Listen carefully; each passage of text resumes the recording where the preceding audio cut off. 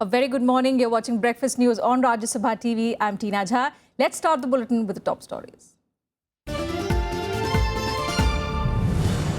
Abu Dhabi Crown Prince in India on 3-day visit. Official engagements today include meeting with Prime Minister Narendra Modi. Meet Sushma Swaraj after arrival on Wednesday. Both leaders discuss threat posed by the Islamic State. President asks governors to act within the framework of the Constitution. On concluding day of the Governors' Conference, Prime Minister Narendra Modi urges them to work as catalytic agents in states without being part of it. Lashkar-e-Toiba operative David Headley tells Mumbai court he received $25,000 from the ISI before coming to India. Pakistan calls Headley's revelations a pack of lies. Delhi government set to announce dates for next round of vehicle rationing under audio and formula. Aam Aadmi Party claims public opinion is overwhelmingly in favour of implementing the plan. And media reports from South Korea say North Korea has executed its army chief. Ri Yong-gil has been accused of corruption. Our top focus this morning on day 3 of his deposition before a Mumbai court. Lashkar-e-Toiba operative David Coleman Headley has said he received $25,000 from the ISI before coming to India in September 2006. Headley has been deposing from an undisclosed location in the United States and has revealed information about how Pakistani spy agency ISI helped terror outfits in conducting the attack in Mumbai back in 2008. The deposition, which was initially planned till today, may extend for some more time. Meanwhile, India may also ask Pakistan to seek Headley's deposition through video conferencing before its court to gather more evidence so that those involved in the 26/11 terror attacks could be punished. Pakistan, however, has rubbished the testimony of David Coleman Headley and called it a pack of lies. Former Interior Minister Rehman Malik called Headley a raw agent and accused India of trying to defame Pakistan. And on the concluding day of the 2-day Governors' Conference at the Rashtrapati Bhavan, the President asked governors to act within the framework of the Constitution. In his remarks, Pranab Mukherjee said that they must not only be fair, but also be seen to be fair. It is therefore imperative that all their actions are within the framework of the Constitution and the highest ideals enshrined in this living document. The President's mention assumes significance amidst a raging controversy of the role of Governor J.P. Rajkhobha in Arunachal Pradesh that led to the imposition of central rule in the state. Meanwhile, Prime Minister Narendra Modi also spoke at the conference, asking governors to work as catalytic agents in states, speeding up and improving processes without themselves being a part of them. The Prime Minister also said governors occupy a unique high position owing to their vast experience and the prestigious nature of their post. Modi also urged all governors to think about some form of legacy which they would leave behind at the end of their terms as their contribution to the states they are serving in.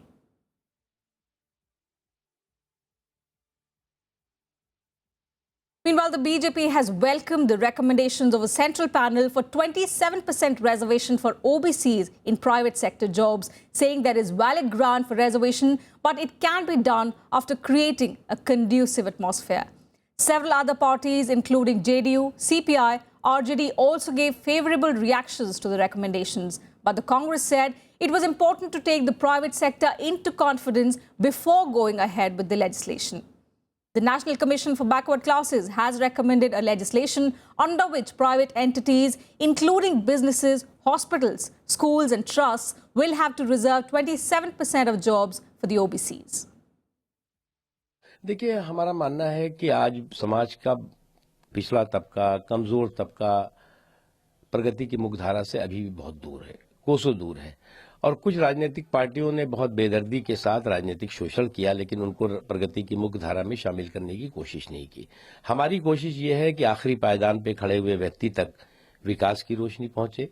उन्हें सरकारी नौकरी में तो आरक्षण मिल चुका है, लेकिन private sector में आरक्षण के मामले में हमें थोड़ा सा सोच विचार करना चाहिए और जब तक कि कॉरपोरेट सेक्टर और प्राइवेट बिजनेस को हम कॉन्फिडेंस में नहीं लेंगे तो ये सफल नहीं हो पाएगा। ये तो वर्षों से लोगों की मांग है। सारे दलित, सारे आदिवासी, वीकर सेक्शन के लोग जो 80% इस देश में, वो लगातार कह रहे हैं कि सरकारी नौकरियां घट रही हैं और जो विशेष अवसर या अफर्मेटिव एक्शन जो संविधान में रखा गया है वो पूरी तरह उसका पर्पस डिफीट हो गया है। Moving on to some other news, Crown Prince of Abu Dhabi, Sheikh Mohammed bin Zayed Al Nahyan, is in India on a 3-day visit. He arrived late last evening. In a departure from protocol, he was received at the airport by Prime Minister Narendra Modi. Today, both leaders will hold detailed deliberations, following which a number of key agreements are expected to be signed. Now, this visit of the Abu Dhabi prince is expected to take the ties between the two nations to a new height. Sheikh Mohammed bin Zayed Al Nahyan, Crown Prince of Abu Dhabi and the Deputy Supreme Commander of the UAE's Armed Forces, arrived in New Delhi Wednesday evening, kick-starting his 3-day India visit. He was accorded a grand welcome by Prime Minister Narendra Modi himself, who received him personally at the airport with a warm embrace. Soon after his arrival, the Crown Prince met External Affairs Minister Sushma Swaraj and held talks to revise the plan of diplomatic engagements for today. The two leaders also discussed ways to combat Islamic State threat and contain radicalism, besides the situation in war-ravaged Syria. In this regard, Sushma also complimented UAE for supporting the Comprehensive Convention on International Terrorism to effectively deal with the menace globally. India has been pressing for adoption of the CCIT by the United Nations. UAE's Economy Minister Sultan Al Mansouri, who is part of the delegation accompanying the Crown Prince, also called on his counterpart Arun Jaitley. During the meeting, both finance ministers emphasized the need for cooperation between both countries with regard to investment, innovation, and small and medium enterprises. A total of 16 agreements, including one on nuclear collaboration, are expected to be signed between UAE and India. IT, aerospace, railways, and electronics are few other sectors in which deals will be made.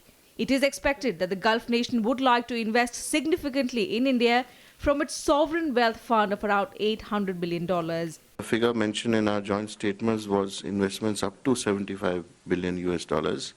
That needs to be realized over time.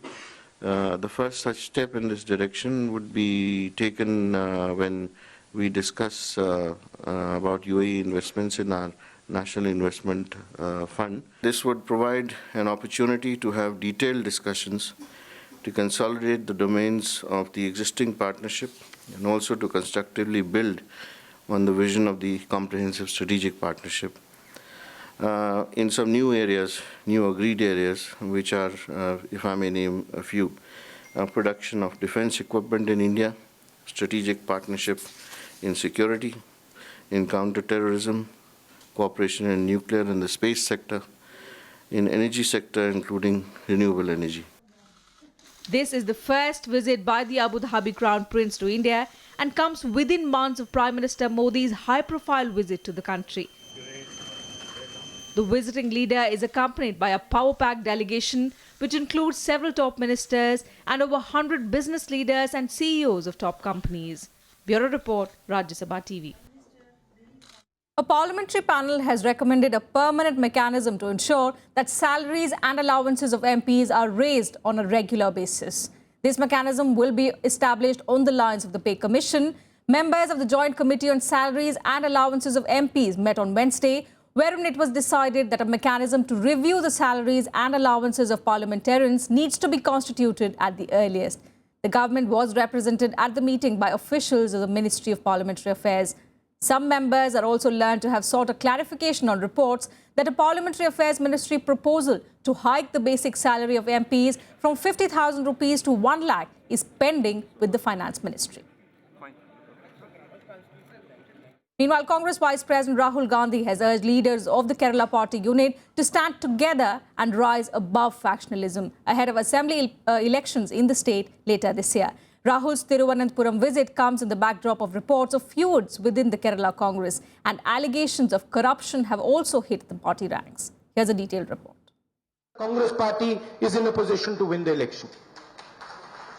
There is only one thing that the Congress party needs to do. The CPM cannot defeat the Congress party in Kerala. The greatest thrust of the Congress Vice President's speech at the KPCC executive meeting in Thiruvananthapuram. A call to end infighting and bickering in the state unit and fight the coming assembly polls united. Rahul Gandhi is spending 2 days in Kerala, looking to knit together a party unit torn apart by internal battles and corruption charges dogging the government it runs. Once the election is over, you are more than welcome to fight among yourselves. For 1 or 2 months, I would request the Congress family and the senior leaders, please hold hands, join up in spirit, work together, and let the Congress party rule Kerala again for another 5 years. In turn, state party leaders asked Rahul not to have any truck with the CPIM in West Bengal, an issue that is under discussion there. The CPIM is the Congress's main rival in Kerala. Local Congress leaders termed the left party undependable and opportunistic, accusing it of pursuing politics of violence. CPIM leaders have hit back, saying the present UDF government in Kerala is racked by infighting with no moral right to continue. He is trying to divert the attention from the real issues. Actually, in Kerala, there is no government at all. The ministers are fighting each other, the allies of the UDF are fighting each other, and the government is standing as a mute witness to all these developments. There is no governance in Kerala, it is only corruption. Though the Congress-led UDF enjoys a slim majority in the Kerala Assembly, CPM swept the local body elections last year. The solar scam and bar bribery scam have rocked the state government, with the BJP making slow but sure inroads. The challenge ahead for the state Congress is a big one. Bureau Report, Rajya Sabha TV. So while the Congress Vice President was in Kerala yesterday reaching out to his party members, BJP National President Amit Shah was in Assam, where he said his party looks forward to a partnership between BJP and Bodoland People's Front for ushering in development in Bodoland Territorial Council. Shah addressed a public rally on Wednesday on the occasion of Bodo Accord Day in Kokrajhar, Assam. He also assured a 1,000 crore rupees package from the centre for development of the Bodoland Territorial Council, claiming that development is only possible in the state when BJP-BPF forms the next government. Shah alleged that the ruling Congress has put the state behind in terms of development. He also blamed Congress for vote bank politics by allowing Bangladeshi infiltration in the state. 15 साल के कांग्रेस की शासन में असम विकास की दौड़ में बहुत पिछड़ गया, पीछे पड़ गया है, क्योंकि 15 साल तक केवल और केवल भ्रष्टाचार और अपने परिवार के लिए शासन करने के अलावे गोगोई साहब ने कुछ नहीं किया। भारतीय जनता पार्टी और बीपीएफ की सरकार अगर आती है तो हम इसकी चिंता सुनिश्चित करेंगे कि एक भी नया घुसपैठिया आसामी युवाओं के अधिकार पर अपना हक न जमा सके, इसकी चिंता भारतीय जनता पार्टी करेगी। Well, moving from politics to some other news, the condition of braveheart Siachen soldier Hanmantappa Koppar has worsened. He continues to remain extremely critical with evidence of oxygen deprivation to the brain. There is also evidence of severe pneumonia in both his lungs. Despite aggressive therapy and supportive care, Koppar continues to remain in a coma. A team of doctors, including a panel of experts from AIIMS, are treating Koppar of complications caused by rewarming and establishment of blood flow to the cold parts of the body. Meanwhile, prayers have been pouring in from the entire country for Koppar's speedy recovery. Maharashtra's Chief Minister Devendra Fadnavis wished for the army man's speedy recovery. Special prayers were also conducted at Mumbai's Siddhi Vinayak Temple and also in Varanasi. Hanmantappa Koppar survived for 6 days, buried under 25 feet of snow in the Siachen Glacier after an avalanche hit his post at the altitude of 19,600 feet close to the line of control. He was miraculously rescued on Monday by a team of over 150 soldiers and 2 canines. And news from the Delhi government now. Delhi Chief Minister Arvind Kejriwal is slated to announce the new dates of the odd-even scheme for vehicle rationing today. Transport Minister Gopal Rai has said that the announcement is being made after reviewing over 11 lakh responses received from the public through multiple channels. The road rationing experiment aimed at curbing air pollution in the metropolis was implemented from 1st to 15th of January in its first phase, with Sundays being exempted from the rule. Subsequently, the government invited public opinion through emails, missed calls, online forms, and also reached out to around 9 lakh people. The Aam Aadmi Party claims public opinion is overwhelmingly in favour of implementing the formula. There are also reports that the formula will be reintroduced after the CBSE board exams. And in a tragic incident, 200 school children were taken to hospitals in Bihar, Rajasthan, Haryana and Chhattisgarh as they complained of uneasiness after being administered deworming tablets on the occasion of National Deworming Day on Wednesday.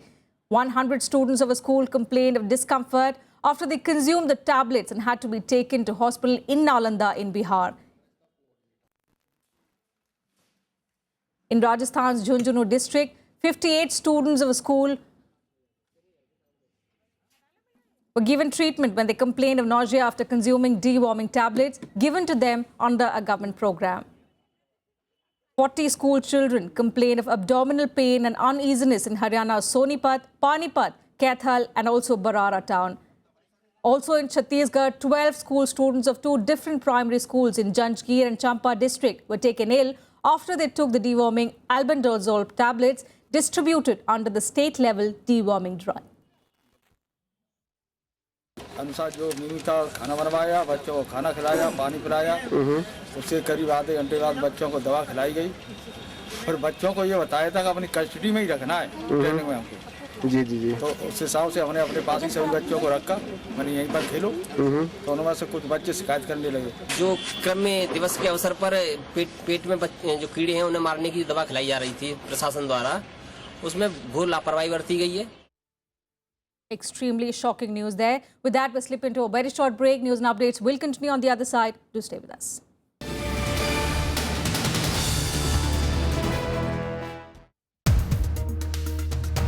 All the parties, they are looking for political marriages at the moment. They are trying to enter into some kind of an alliance. But yours is the only party which is focusing you as the chief ministerial candidate. In this election, we are the one who will allocate the seats, and that's not going to be the opposite leg. Now the reality of your party is that it is seen as a very casteist party. PMK is the only party who has done maximum for the Dalits than any party in Tamil Nadu. Watch To The Point with PMK leader Dr. Ambumani Ramados only on Rajya Sabha television.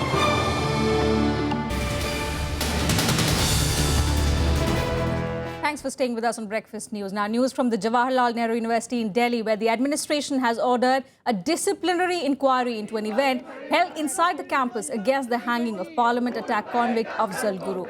Now, the JNU administration says the event was held despite cancellation of permission to students. The university's move came in the wake of protests by members of the ABVP outside the Vice-Chancellor's office demanding expulsion of students who allegedly misled the university about the nature of the event. Maintaining that the act by students amounted to indiscipline, the university authorities said they will investigate the matter and come up with its report. The Congress, meanwhile, has said that none should eulogize an individual who has been declared a terrorist by court and also hanged after a long-drawn judicial process. Yes, we have received some representations, and our security also has some information about yesterday's incident.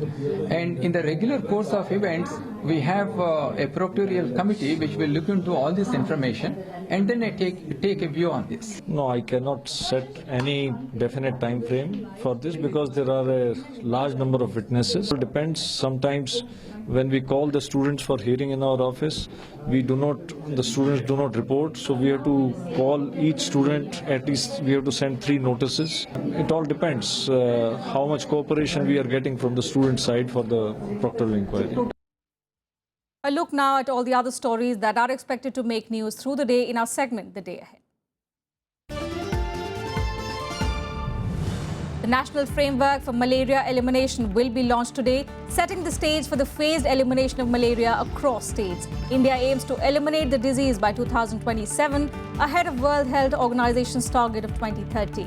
The elimination will be done in a phased manner. JP Nadda, the Union Minister for Health and Family Welfare, will be the chief guest at New Delhi's event. Official estimates suggest nearly 1 million malaria cases are reported annually across the country. But this is widely regarded an underestimate, as 60 to 80% patients in urban areas are treated by private doctors or health establishments, most of whom do not notify their cases.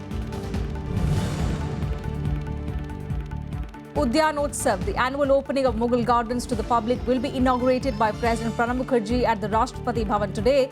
Over 130 variety of roses named after iconic personalities Mother Teresa, Queen Elizabeth and John F. Kennedy, and about 12,000 varieties of tulips will be the main attraction this year. Mughal Gardens will be open for general public from Friday for over a month.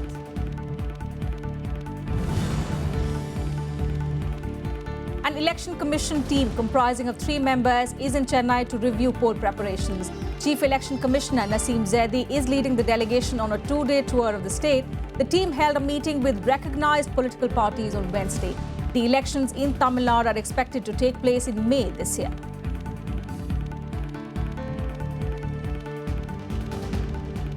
On to some international news now. North Korea has executed its army chief of staff, say the South Korean media reports. Yong-gil became the latest of several high-ranking officials to be purged under leader Kim Jong-un. He was last seen early in January with Kim Jong-un during the North's latest nuclear test. Apparently, he was executed for charges of corruption and factional conspiracy. According to the North Korean media, leader Kim Jong-un discussed about ways and means to deal with corruption during a meeting of the Central Committee of the ruling Workers' Party.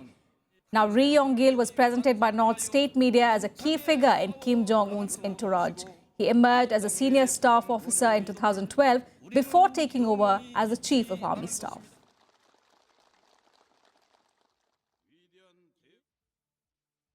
Well, the US Senate on Wednesday unanimously approved new sanctions against North Korea. The bill passed 96-0. Tough sanctions come as US President Barack Obama's policies failed to stop Pyongyang from going ahead with its recent nuclear and ballistic missile tests. The US also accuses North Korea for cyber security attacks and several human rights abuses. Now, the senators are hopeful that President Obama would sign the measure into a law. GOP presidential candidates Marco Rubio and Ted Cruz came off the campaign trail to cast their votes. However, Democratic hopeful Bernie Sanders stayed out of it. Meanwhile, US defense experts raised concerns over the rocket payload of Pyongyang's previous launch, even though they said the satellite put into orbit by North Korea during the weekend does not appear to be transmitting. Weak sanctions against North Korea have clearly proven unsuccessful. The legislation before us today represents the tough response that is necessary to send this message directly to North Korean leaders. Disarm or face severe economic sanctions. And our current policy towards North Korea has failed to protect the safety and security of the American people. This legislation takes significant steps to deny North Korea's capabilities and limit the nuclear and ballistic missile programs, stop cyber security attacks, and end North Korea's horrendous human rights violations. Staying with the United States, Republican presidential candidate Chris Christie has pulled out from the race to the White House after a poor show in the New Hampshire primary on Wednesday. Despite a long and expensive campaigning, the New Jersey governor finished in the 6th place. Chris was praised for his debate performances and was credited with blunting the momentum of Marco Rubio. Another Republican presidential candidate, Carly Fiorina, also left the race after struggling in Iowa and also in New Hampshire. Vermont Senator Bernie Sanders won the Republican bid in New Hampshire primary, beating his rival and frontrunner Hillary Clinton. Well, the Fed Reserve is unlikely to reverse its plan to raise interest rates further this year, despite a global slowdown in growth. However, the Federal Reserve Chair Janet Yellen raised concerns over tightening financial conditions driven by falling stock prices, uncertainty over China, and a global reassessment of credit risk. She said these factors could throw the U.S. economy off track. Yellen also expressed hopes that the United States will stay on a path of moderate growth that will allow the Fed to pursue gradual adjustments to the monetary policy. And global economic growth should pick up over time, supported by highly accommodative monetary policies abroad. Against this backdrop, the committee expects that with gradual adjustments in the stance of monetary policy, economic activity will expand at a moderate pace in coming years, and that labor market indicators will continue to strengthen. And a look now at some other news and events making news across the globe in World Wrap. 2 female suicide bombers blew themselves up in a northeast Nigerian refugee camp in Dikwa, killing more than 60 people. The attack took place on Tuesday, but a breakdown in the telephone system prevented the incident being made public earlier. While no group has claimed responsibility of the attack so far, the attack bore the hallmarks of terrorist group Boko Haram. A third woman bomber has been arrested. The United Nations Food and Agricultural Organization has warned of a staggering food crisis in war-torn Yemen. UNICEF has confirmed 1.3 million children suffering from severe and acute malnutrition in Yemen, which is facing a severe war crisis since March last year. Nearly 100 nutrition clinics have stopped working because of shortage of food and medicines. More than 6,000 people have been killed in the war so far.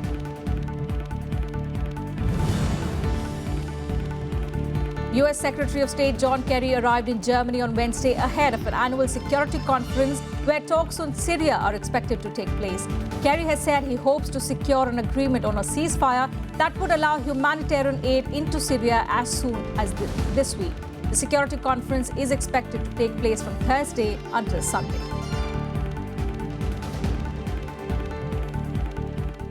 And moving on to some sports news now. India's splendid run at the 12th South Asian Games continued as they bagged a whopping 40 gold medals on the 6th day of the competition and are now equal with its own record of most number of gold medals at the event.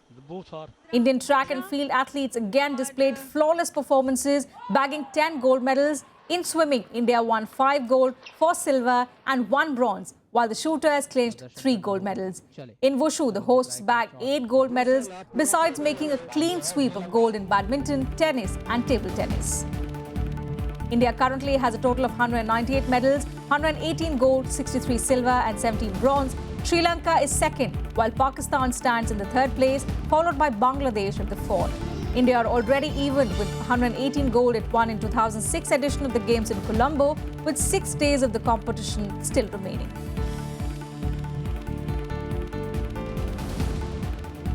That's it from us in this bulletin. Thanks for your time.